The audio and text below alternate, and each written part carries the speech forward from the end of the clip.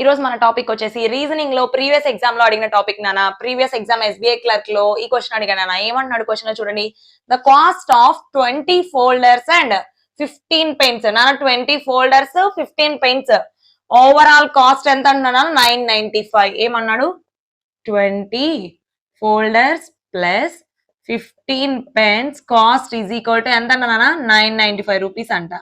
ఇప్పుడు మనల్ని ఏం అడుగుతున్నాడు? What is the cost price of 12 folders and 9 pens cost అడుగుతున్నాడు నానా. ఇప్పుడు ఈ ఈక్వేషన్ అబ్జర్వ్ చేస్తే కామన్ గా ఏ టేబుల్ ఉంది నానా? 5 టేబుల్. ఎందుకు? Ends with 0 5. Divisibility rule for 5 ఏంటి నానా?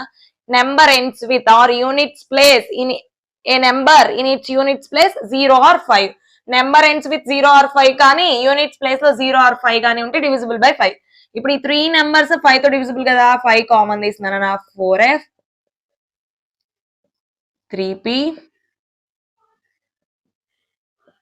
5 కామన్ తీస్తున్నానా? 5 1s are remaining 4 9 49. 5 9s are 45.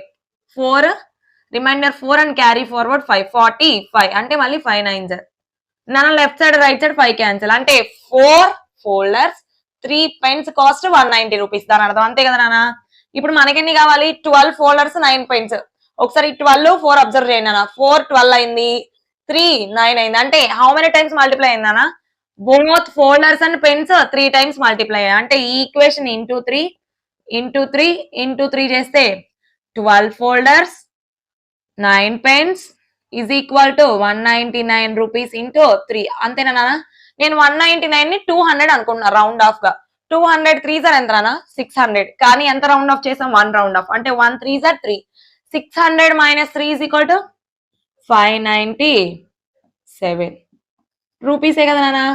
So cost of 12 folders plus 9 pens is equal to 597 rupees. Thank you so much guys. Don't forget to subscribe.